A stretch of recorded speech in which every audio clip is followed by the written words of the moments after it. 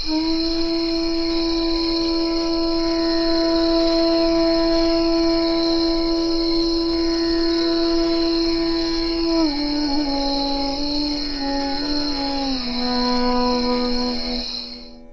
Hunger index report 2022 अनुजाई 121 देश मध्य भारत 107तम स्थान में रही। ओडिशा मध्य यार प्रभाव रही। 2011 जनगणना अनुसार ओडिशार मोट जनसंख्यार 40% जनजाति आदिम जुगरु जंगल मानकरे बसवास करी रही आसुछन्ति। सेथिपई सेमाने मूल निवासी जनजाति भाव परिचित। सामाजिक अर्थनैतिक क्षेत्र में एमाने अत्यंत दुर्बल। एक परिसंख्यान जनाଯାଇଛି जे द्रुत आर्थिक अभिवृद्धि सत्वे समुदाय जनसंख्यार 32.6% लोक दारिद्र्यर सीमारेखा तले बसवास करुछन्ति। ग्लोबल वार्मिंग प्रभाव रे जलवायु रे व्यापक परिवर्तन देखा जाउछि। तार प्रभाव क्रमागत प्राकृतिक विपर्यय वृद्धि पाउछि। यह द्वारा व्यापक जंगल नष्ट एवं कृषि उत्पादन क्षेत्र में यथेष्ट अवनति घटुछि। फलस्वरूप जंगल रे बसवास करुथुबा आदिवासी संप्रदायक पई गुरुतर खाद्य संकट सृष्टि करिछि। एमानक पई व्यापक सरकारी सुविधा उपलब्ध थिले मध्य भूमिहीनता और स्थानांतरीकरण एमानक जीवन जीविका उपरे व्यापक कुप्रभाव पकाउछि। एही सब समस्यार गुरुत्व उपलब्धि करी आंतर्जातिक स्वेच्छासेवी संस्था जर्मनी टेरेडेस होम्स TDH ओडिशार 2टी जिला यथा कलाहांडी एवं रायगड़ार 116टी ग्राम एक विकासमुखी योजना कार्यकारी करुछि। ओडिशार 2टी प्रमुख स्वेच्छासेवी संगठन दाप्ता एवं लिविंग फार्म यथाक्रमे कलाहांडी एवं रायगड़ा जिले में ଏହି ଯୋଜନାର ପରିଚାଳନା ଦାୟିତ୍ୱରେ ଅଛନ୍ତି। ଏହି ପ୍ରକଳ୍ପର ଉଦ୍ଦେଶ୍ୟ ହେଲା ସ୍ଥାନୀୟ ଜନଜାତି ମାନଙ୍କୁ ସେମାନଙ୍କ ଜଙ୍ଗଲ ଜମିର ଅଧିକାର ଦେଇ ସେମାନଙ୍କର ପୋଷଣଯୁକ୍ତ ଖାଦ୍ୟ ସୁରକ୍ଷାକୁ ମଜବୁତ କରିବା, ଯାହାକି ସଷ୍ଟେନେବଲ ଡେଭଲପମେଣ୍ଟ ଗୋଲ ଭିତରେ ଅନ୍ତର୍ଭୁକ୍ତ। এই আমার যে প্রোগ্রাম চালিছি এটা BMZ জর্মানি ଆଉ TDS ଜର୍ମାନୀ ସହାୟତାରେ ଆମେ କଳାହାଣ୍ଡି ଜିଲ୍ଲାର ଲାଞ୍ଜିଗଡ଼ ବ୍ଲକରେ 50ଟା ଗାଁରେ କାମ କରୁଛୁ। ସେଠି ଫୁଡ୍ ସିକ୍ୟୁରିଟି, ଫୁଡ୍ ସୋଭରେନିଟି ଆଉ ଫରେଷ୍ଟ ପ୍ରୋଟେକ୍ସନ୍ ଆଉ ଫରେଷ୍ଟ ରାଇଟ୍ या ଉପରେ ଆମର ମୁଖ୍ୟ କାମ ଅଛି। योजनार प्रथम दफारे ग्रामवासी मानकु नै ग्राम्य उन्नयन कमिटी सबु गठन करागला। स्वेच्छासेवी मानक सहायतारे ग्रामवासी माने ग्राम गुड़िकर सामाजिक एवं संबल मानचित्र सब प्रस्तुत करथिले। आगु टिके लंडा तिला आइगा जे हमके सुविधा न लागुतिला।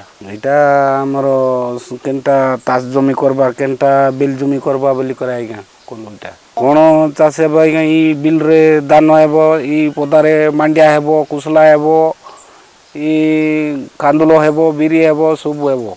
पूर्व एही जनजाति मानकर जीवन जीविकार मुख्य उत्स थिला जंगलजात द्रव्य। जंगल खाद्य संग्रह करी एमाने निजर जीविका निर्वाह करुथिले। केवल खाद्य नुहे विभिन्न प्रकार चेरमूल संग्रह करा जाई विभिन्न रोग पई पारंपरिक उपाय रे चिकित्सा करा जाउथला। किंतु क्रमशः जंगलर अवक्षय एवं सरकारंकर प्रतिबंधक समानक जीवन जीविका पई समस्या सृष्टि कला। जंगलर पुनरुद्धार पई विभिन्न मंजूमान संग्रह करागला।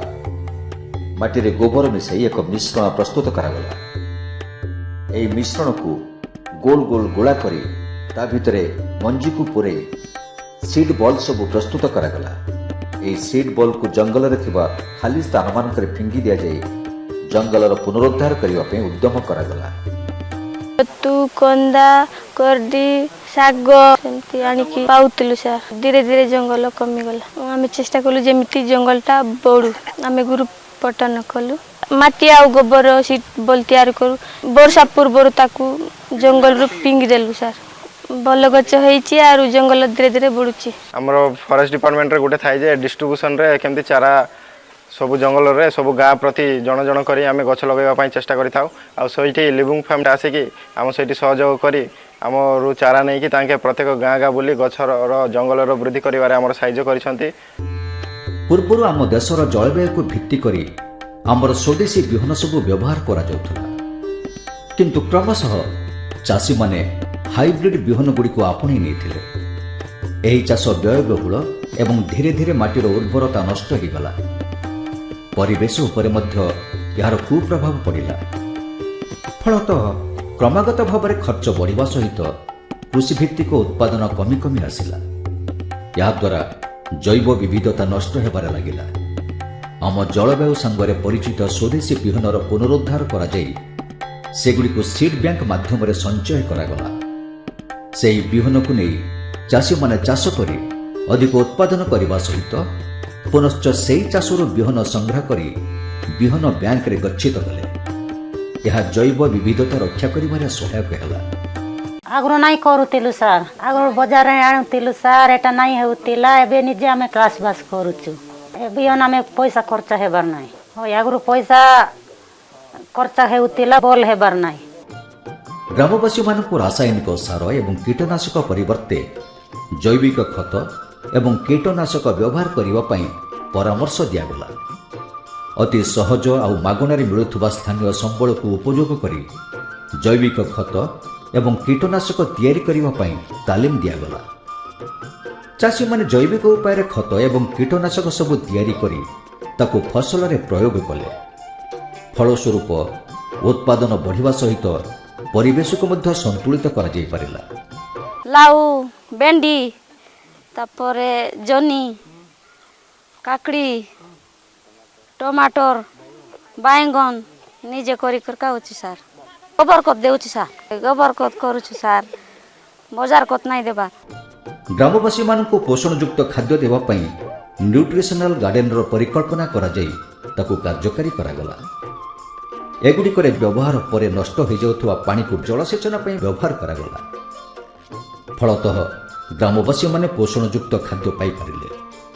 आगरू पनीर चाष नहीं करता आज्ञा, एबे करूछ। लाउ करूछ आज्ञा, बरबटी, टमाट, बैंगन, आरी जनी, आर भेंडी, आरी साग आज्ञा। सबुदिने तरकार कर खाऊछु आज्ञा, बेसी हेले साई मन के देउछु। अतीतरे जनजाति मानकर प्रिय खाद्य थिला मांडिया एवं क्षुद्र दानायुक्त शस्य। एही क्षुद्र दानायुक्त शस्य रे अधिक पोषण तत्व रही। यहाकू जेकोसी भी स्थान रे चाष करा जाई परिबो एवं यह आम देशर जलवायु सहित परिचित। एही चाष पई स्वल्प जलर आवश्यक होइଥାଏ। एगुड़िक मिश्रित भाव में चाष करा जाउथला, किंतु कालक्रमे एही शस्य गुड़िक लोप पाई आसुथला। तेणु एही मिश्रित चाषर पुनरुद्धार करने चाषी मान उत्साहित करागला। विभिन्न किस्मर मांडिया बिहन संग्रह करी चाषी माने याकू चाष करी मांडिया उत्पादन को वृद्धि करि पारिले। फलरे सेमाने निजर खाद्य सुरक्षा को मजबूत करने सहित पुष्टिकर आहार मध्य पाई पारिले। गोटिए चाष जमी रे एक समय रे भिन्न भिन्न प्रकार क्षुद्र दानायुक्त शस्य चाष करने द्वारा जैव विविधता सुदृढ़ हैला। आगुरु आमर माँ बापा कौन बियान करुला सेटा करुला आज्ञा। आगुरु कसला दान तापर मांडिया कांगू कौन कौन बियान माने तिले आज्ञा सेटा करुले। तापर एबे लिबम फार्म फार्म आज्ञा माने आसिले आर बियान अधिक देले। एबे 3-4 प्रकार हेले बियान। भांगी जाइथुबा केनाल गुड़िकर मरामती करा जाइथिला। फलस्वरूप खेत गुड़िक जलसेचित होई परिला। केनाल मरामती परे अनेक चाष जमी जलसेचित होई परिला। फलस्वरूप चलित वर्ष सही अंचल रे चाष जमी रे पर्याप्त परिमाण रे धान चाष करा जाई परिछि। आज्ञा अगर चाष बास विषय करथिले आज्ञा मुंडा केनाल टिके खराब थिला आज्ञा। एबे हमर लिविंग फार्म आज्ञा माने हमके सिरमिट दी करे हमके साहाय्य शुरू कर देले। साहाय्य सुযোগ कर देले, मेटल साहाय्य देले, बाली साहाय्य देले, सिरमिट साहाय्य देले। सार आमे ता बोली कर आमे निजे निजे जाई कर सार आमे मुंडा केनाल भांगी जाइतिला निजे आमे बने करी आनलु पानी। जलवायु भित्तिक स्वदेशी बिहन चाष करने फल ଧାନ ଉତ୍ପାଦନ ଅନେକ ମାତ୍ରାରେ ବୃଦ୍ଧି ପାଇଲା। ବର୍ଷା ନଥିଲା, ଦେଶେ ପାଣି ନଥିଲା ଗାଁରେ ତ ଧାନ ନାଇଁ ହେଉଥାଇ। ଆଗରୁ ଖତ ନାଇଁ ଥାଇ ଆଜ୍ଞା, ହଲ୍ ବଲ୍ କିଛି ନାଇଁ ଥାଇ। ଏବେ ହଲ୍ କରିଛନ୍ ପିଲାମାନେ, ଏବେ ସେ ଗୋବର ଖତ କରି ଚାଷଟା ଟିକେ ଅବର ହଉଛେ। ସ୍ୱେଚ୍ଛାସେବୀ ସଂଗଠନ ମାନଙ୍କ ଦ୍ୱାରା ଗ୍ରାମବାସୀ ମାନଙ୍କ ପାଇଁ ପାନୀୟ ଜଳର ସୁବନ୍ଦୋବସ୍ତ କରାଗଲା। ଫଳସ୍ୱରୂପ ମହିଳାମାନଙ୍କର କଷ୍ଟ ଦୂର ହେବା ସହିତ ସେମାନେ ଶୁଦ୍ଧ ପାନୀୟ ଜଳ ପାଇପାରିଲେ। ପାଣି ଟୋଟାଲି ନାଇଁ ମିଲୁଥାଇ। ଆମର ଦପ୍ତର ସରକାର ଆସିଲା ଆମକୁ ସୁବିଧା ଦେଲା। କେତେ ଜରଣ ପାଣି ଖାଉଥିଲୁ, ଛାଲି ଛାଲି କରି ଯାଉଥିଲୁ। ଗ୍ରାମମାନଙ୍କରେ ଥିବା ଯୁବକ ଯୁବତୀମାନଙ୍କୁ ନେଇ ଯୁବ କମିଟିମାନ ଗଠନ କରାଗଲା। ଏହି ଯୁବଶକ୍ତିମାନେ ନିଜକୁ ବିଭିନ୍ନ ଉନ୍ନୟନ କାର୍ଯ୍ୟରେ ନିୟୋଜିତ କରି ଗ୍ରାମମାନଙ୍କରେ ବହୁ ଉନ୍ନୟନମୂଳକ କାର୍ଯ୍ୟ କରିପାରିଲେ। जो ग्लोबल वार्मिंग होची ताहा पई आमे हमर गाँ स्तर रे यूथ मानको ग्रुप करूछु। आमे हमर यूथ ग्रुप रे आम ए परिवेश जो बदलुची ताको आमे केमिति आगो भली टिके सजाड़ीबा ताहा विषय आमे नेकी चर्चा करछु। आमे काम भी करछु। आम गाँव रे जमती पिला माने अछंती माने ड्रॉप आउट पिला ताको आमे नेकी एडमिशन करैछु। प्राय 10-15 टी पिला हबो आमे हॉस्टल मानकरे एडमिशन करे देछु। ଏହି ଜନଜାତି ମାନଙ୍କର ସବୁଠାରୁ ବଡ଼ କୁସଂସ୍କାର ଥିଲା ବାଲ୍ୟ ବିବାହ, ଯାହାକି ମା ଓ ଶିଶୁ ଉଭୟଙ୍କ ପାଇଁ ସଙ୍କଟପୂର୍ଣ୍ଣ ଥିଲା। ଗ୍ରାମର ଯୁବଗୋଷ୍ଠୀ ଉଦ୍ୟମ କରି ବାଲ୍ୟ ବିବାହକୁ ପ୍ରତ୍ୟାଖ୍ୟାନ କରିବାକୁ ଲୋକମାନଙ୍କୁ ସଚେତନ କରିପାରୁଛନ୍ତି। ଯେତେବେଳେ ମାନେ 15 ବର୍ଷରୁ ସେତେବେଳେ ବାହାଘର କରିଦେଉଥିଲେ, ତାଙ୍କ ମାଙ୍କର ବି ଦେହ ଖରାପ ହେଉଥିଲା, ଶିଶୁର ବି ଦେହ ଖରାପ ହେଇଯାଉଥିଲା। ଆମେ ଯେଉଁ ଟାଇମ୍ରେ ବୁଝେଇଛୁ, ଏବେ 18ରୁ ଉର୍ଦ୍ଧ୍ୱ ହେଲେ ମାନେ ବାପା ମା ମ୍ୟାରେଜ୍ କରୁଛନ୍ତି। ମ୍ୟାରେଜ୍ କଲା ପରେ ତାଙ୍କର ଦେହ ବି ଭଲ ରହୁଛି, ଶିଶୁମାନଙ୍କର ବି ଭଲ ରହୁଛି। ଶିଶୁମାନଙ୍କର ସ୍ୱାସ୍ଥ୍ୟ ଓ ଶିକ୍ଷାର ବିକାଶକୁ ଗୁରୁତ୍ୱ ଦିଆଯାଇ ଶିଶୁ ଗୋଷ୍ଠୀ ସବୁ ଗଠନ କରାଗଲା। ଶିଶୁମାନଙ୍କ ବିକାଶ ପାଇଁ ସ୍ୱେଚ୍ଛାସେବୀମାନେ ଶିଶୁମାନଙ୍କୁ ଉଚିତ ପରାମର୍ଶମାନ ଦେଲେ। ଏହି କୋମଳମତୀ ଶିଶୁମାନେ ନିଜେ ଅନେକ କଥା ଶିଖିଲା ପରେ ତାକୁ କିଭଳି ଜନସାଧାରଣଙ୍କ ପାଖରେ ପହଞ୍ଚାଯାଇ ପାରିବ ସେହି ପ୍ରଚେଷ୍ଟା ଜାରି ରଖିଛନ୍ତି।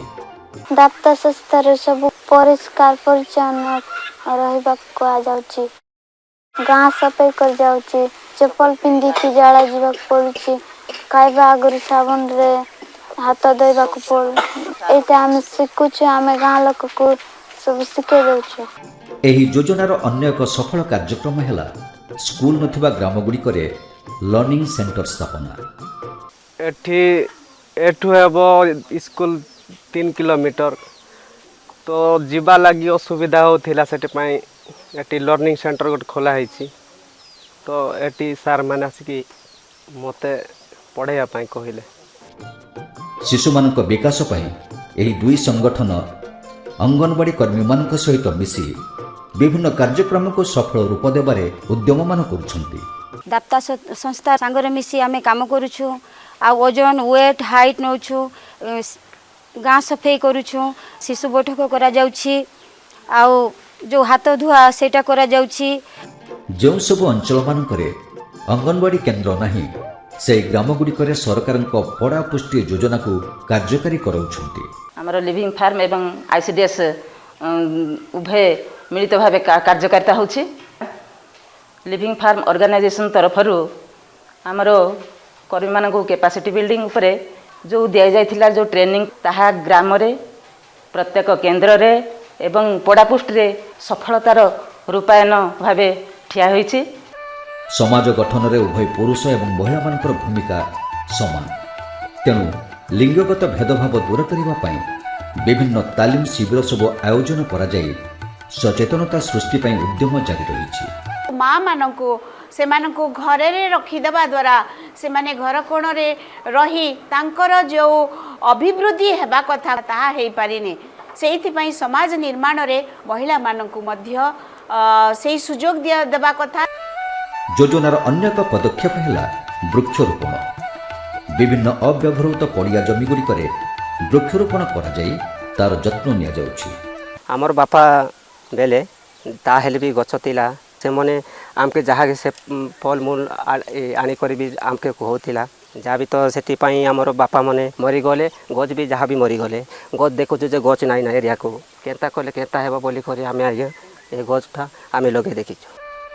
ଅନୁଷ୍ଠାନ ଏବଂ ଗ୍ରାମବାସୀମାନଙ୍କର ମିଳିତ ଉଦ୍ୟମରେ ଜଙ୍ଗଲ ଜମିର ସ୍ଥାୟିତ୍ୱ ପାଇଁ ସରକାରଙ୍କ ପାଖରେ ଦାବି ଉପସ୍ଥାପନା କରାଯାଉଛି।